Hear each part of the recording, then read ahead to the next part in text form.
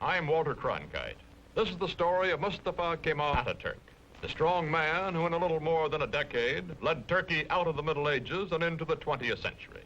The story, The Incredible Turk, as the Prudential Insurance Company of America presents the 20th century.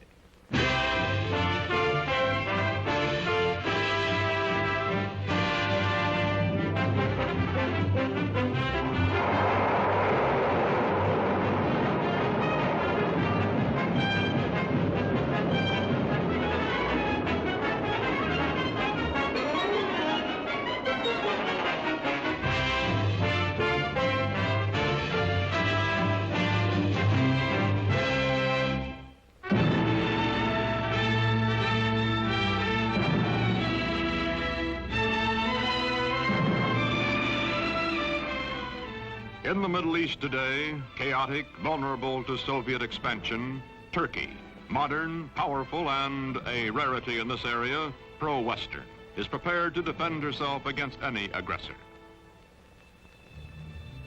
This is the border between Russia and Turkey, guarded day and night. The red sentry does not know he is being photographed from across this border. He feels that he is being watched. He is also suspiciously watchful.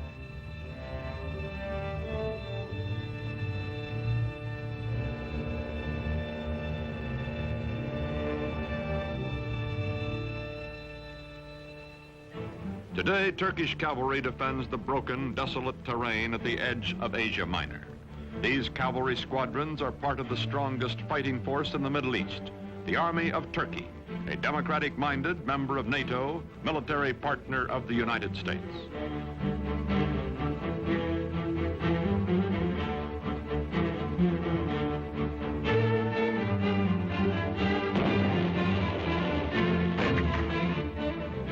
Modern Turkey, strong and stable, was created out of a dying Oriental despotism by one man, unique in history, Mustafa Kemal, called Atatürk, father of the Turks. In a moment, this story, The Incredible Turk.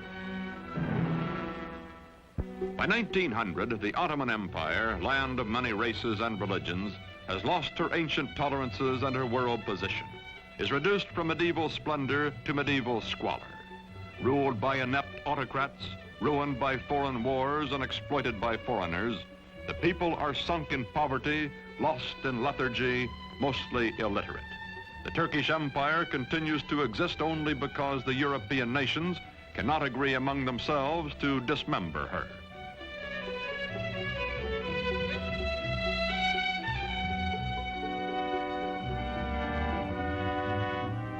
Before World War I, Germany has plans to embrace Turkey as an ally, then to subjugate her as a satellite.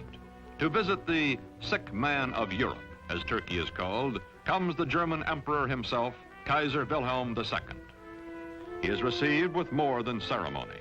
His glowing promises, such as the Berlin to Baghdad Railroad, are believed by the Sultan and his government, and even by the nationalist-minded Young Turks.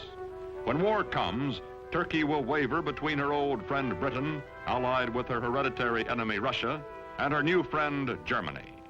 On October 29, 1914, Turkey takes into war, on the Kaiser's side, her obsolescent army.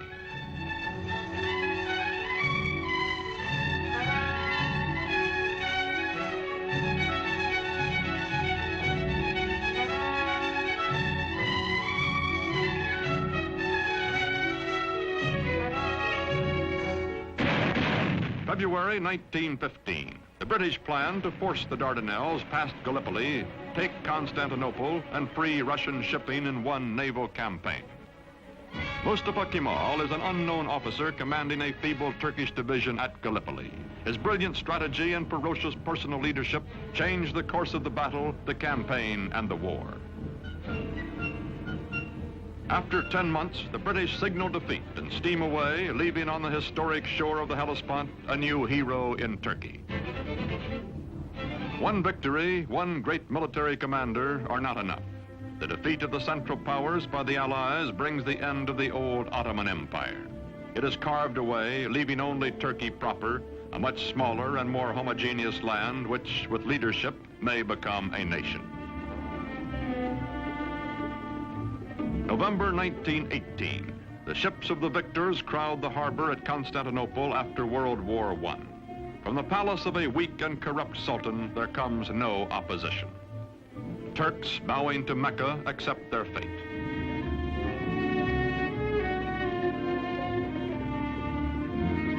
From France and from Great Britain, occupation troops disembark to take over the ancient capital.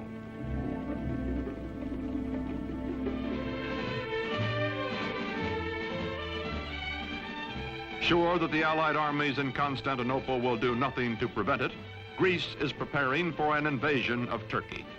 On May 15, 1919, the Greeks land their troops.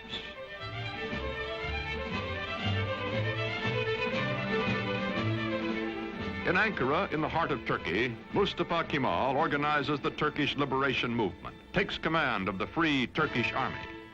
From far off Constantinople, the Sultan repudiates him, but Mustafa grimly swears that he will gain Turkey's freedom or die. No other general equals this man, and the Turkish soldiers need only to be led to fight. They are traditionally warriors.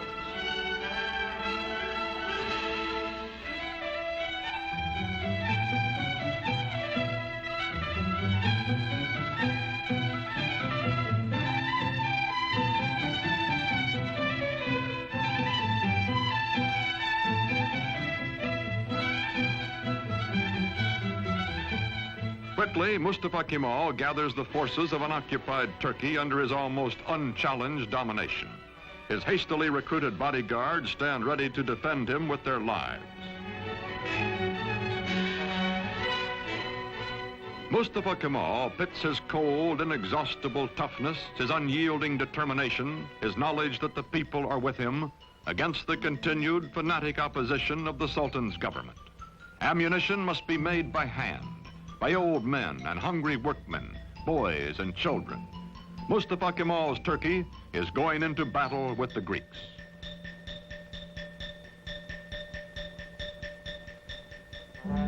The war with the Greeks lasts 3 years, from 1919 to 1922.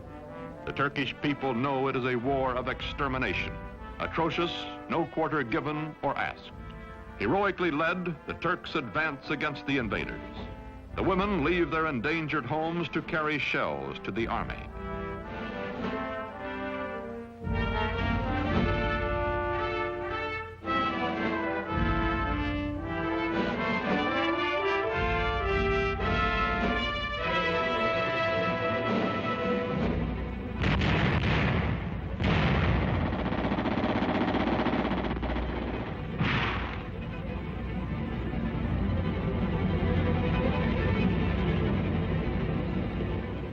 September 1922, the Greeks are driven back to the Aegean Sea.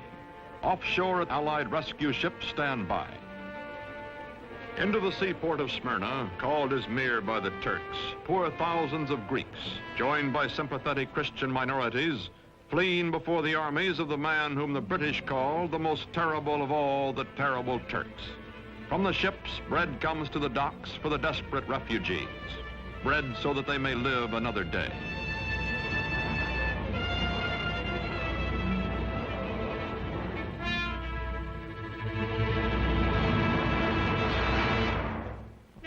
September 9th, 1922. The Turks enter Smyrna, last stronghold of the invaders. They take vengeance against the Greeks for whole Turkish villages wiped out, for their kinsmen massacred. The burning of Smyrna, the final atrocity that both the Greeks and the Turks disavow, ends a war that has become an unendurable nightmare for both sides. Its polyglot population takes to the sea as the flames destroy the great Homeric city.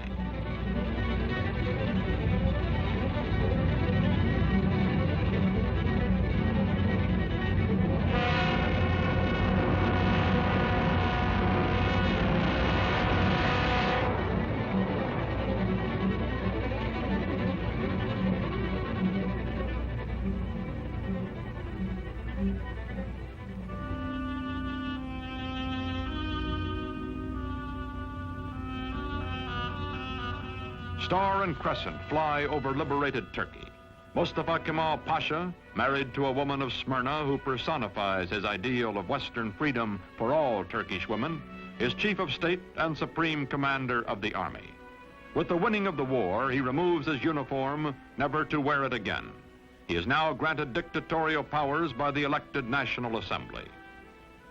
In Constantinople, to be officially renamed Istanbul, the foreign occupation troops are evacuated.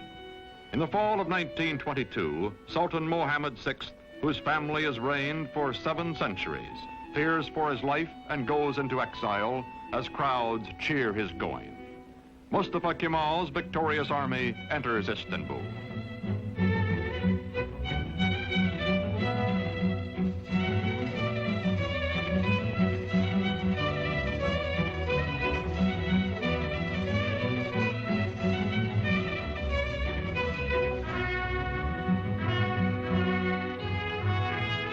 First president of the First Turkish Republic, Mustafa Kemal, during the 1920s, keeps his limitless wartime powers and his command of the army, makes the hard, dry town of Ankara his capital. His fantastic dream is not of empire or conquest, but of creating a democratic Turkey, a new kind of Turk in his lifetime. The Ottoman sultans also had been caliphs, secular and religious rulers. Turkey's new government separates church and state. Instead of Friday, day sacred to Islam, when Muslims everywhere ritually cleanse themselves, the Western Sunday is proclaimed the official day of rest. Although Mustafa Kemal insists on personal religious freedom, it is known that he personally detests the gesture of abasement prescribed for worship when Muslims touch their foreheads to the floor in their brimless headgear.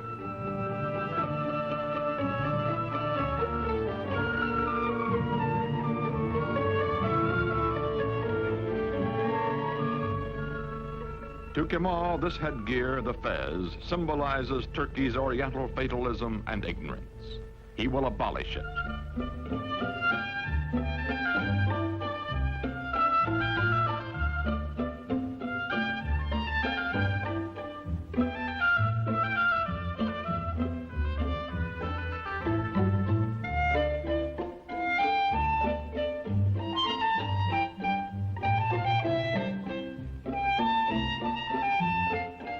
Wearing the fez becomes an act of treason.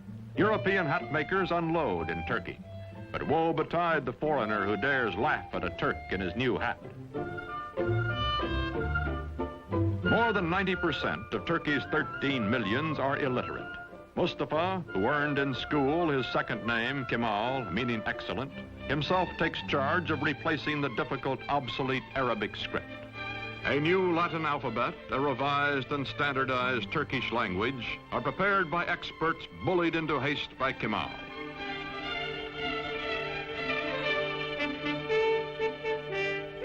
To make a modern nation capable of government by the people, all Turkey must be sent to school.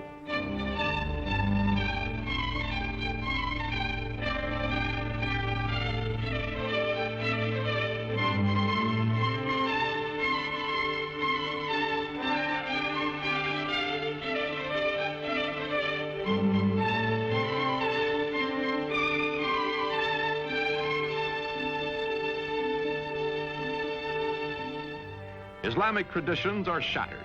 A man's image, Mustafa Kemal's, is displayed in public. He also orders all Turks to adopt Western-style family names and is himself christened Atatürk, meaning father of the Turks. The faces of Turkish girls and women are hidden, and they live in virtual slavery until Atatürk unveils them by decree. Now divorced from his wife, he takes pleasure in the company of emancipated women and insists that all Turkish women adopt Western clothes, gives them equal rights under the law after abolishing polygamy, and opens to women all the trades and all the professions.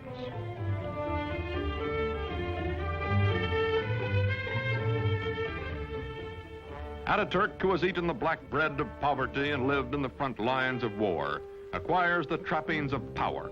His proud, fiercely disciplined bearing, which annoyed his superior officers years before, does not change now that he acknowledges no superiors. The men around him treat him as emperors and primitive chieftains, and modern dictators are treated. Flatter and yes him, seek the smallest of privileges, such as lighting his cigarette.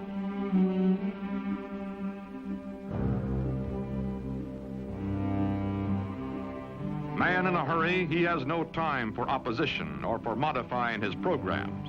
Is too concentrated to pay the slightest attention to the awkward and harassed civil servant who is about to drip peach juice on his shoulder, or to the waiter who will wipe it off.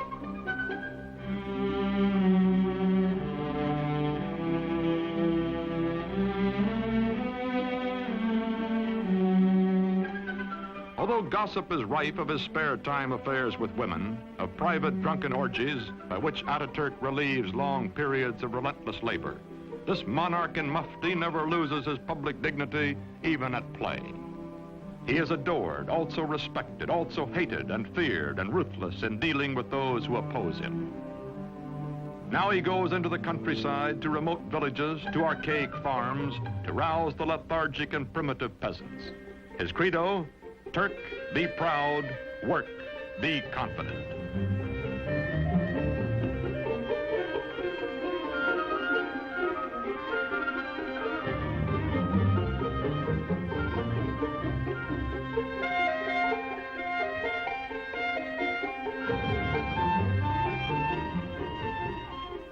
There are two ways of conquering, says Atatürk, by the sword or by the plow.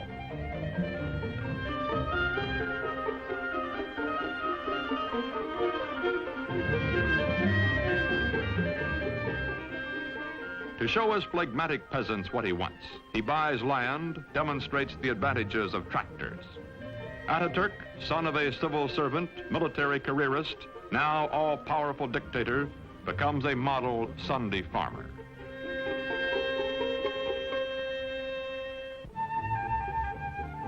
The world is anxious to restore good diplomatic relations with Turkey. From the United States comes Ambassador Joseph Clark Grew. For this revolution and high accomplishment, one man is primarily responsible.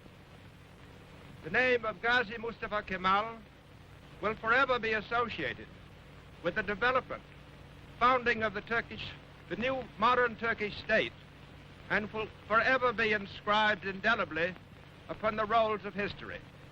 Türk milleti taben demokrattır. The Turkish nation is democratic by nature. Zaten çok yükselmiş bulunan Amerika milletinin Türk milleti. I have no doubt that the American nation, which has gone so far in this ideal, is Turkey's friend in her aims. Bütün beşeriyeti birbirini sevmeye. This will not be all. Perhaps it can lead to a world of love, with all old prejudices erased, with all nations coexisting in peace and prosperity.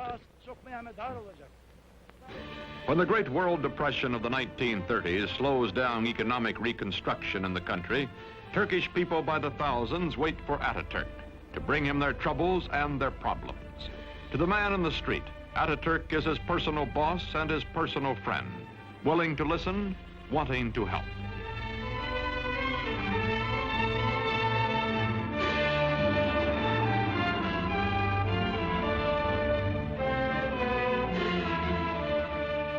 All over the country, Atatürk preaches the ways of the West, scolds and harries workmen to carry out his forcible plan for industrializing the Turkish Republic.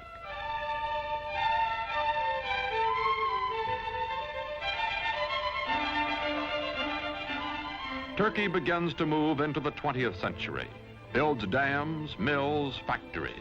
The tempo is fantastic. Industrial production under Atatürk increases tenfold. Still, there are growing pains, a poorly designed and poorly run heavy industry operating at a loss, profitable light industry deliberately run at an excessive profit to cover the deficit. Turkey's textile mills being a notable example.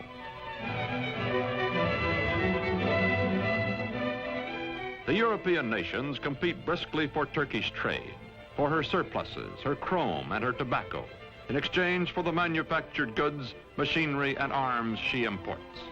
Turkey's foreign relations are excellent, but war is in the offing.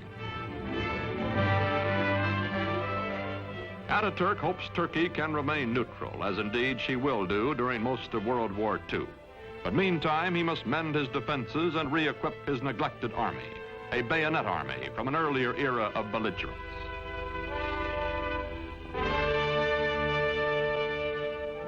Turkey's dictator has said, Hitler will lead a dynamic nation to destruction by whipping its passions, and Mussolini will play Caesar. Time is proving him right. Aging now, Atatürk gives his personal fortune to the nation, lives quietly, spends time teaching the youngest of his 6 adopted daughters the alphabet he made all Turkey learn.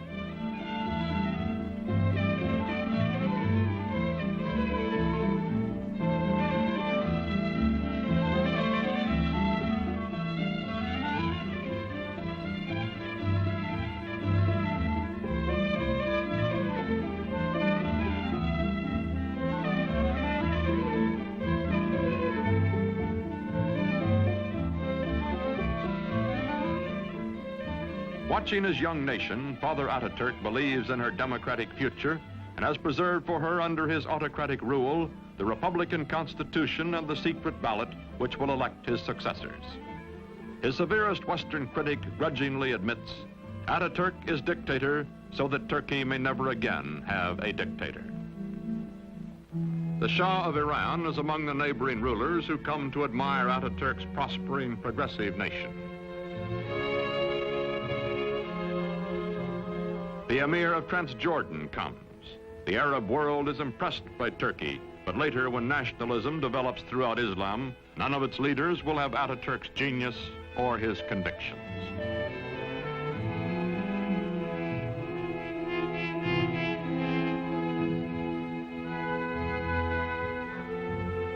An ailing Atatürk spends much time aboard the yacht presented to him for his health by the Turkish people. Long ago, he has said, I will lead my people by the hand along the road until their feet are sure and they know the way. Then my work will be done.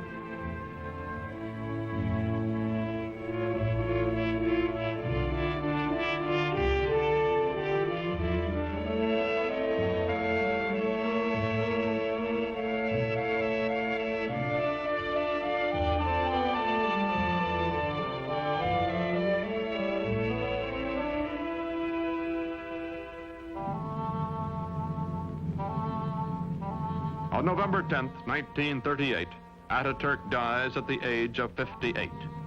13 years of his life he spent in active warfare fighting for Turkey. For 15 years, until his death, he was our first president and absolute ruler. His last command is that his successor be one who will follow his course. İsmet İnönü is that man.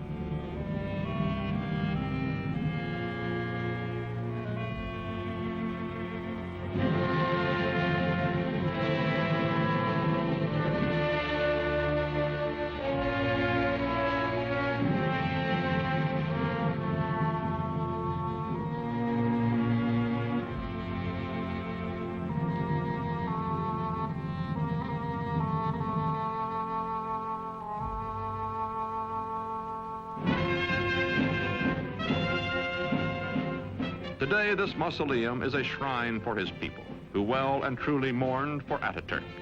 Marching past in fighting trim, the soldiers of Turkey are the sons of the ragged forces who followed him to fight for Turkish independence 40 years ago.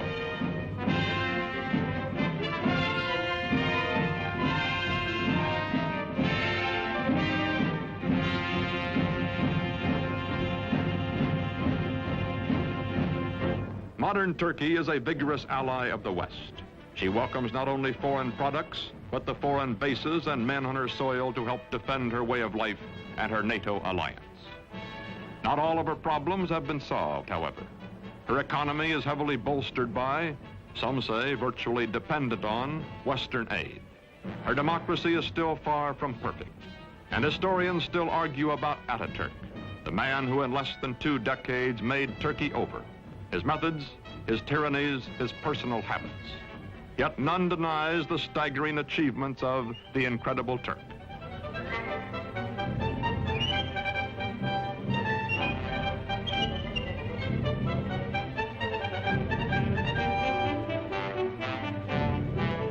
These, our allies, guarding the gates to the east, are the inheritors, the children of Mustafa Kemal Atatürk.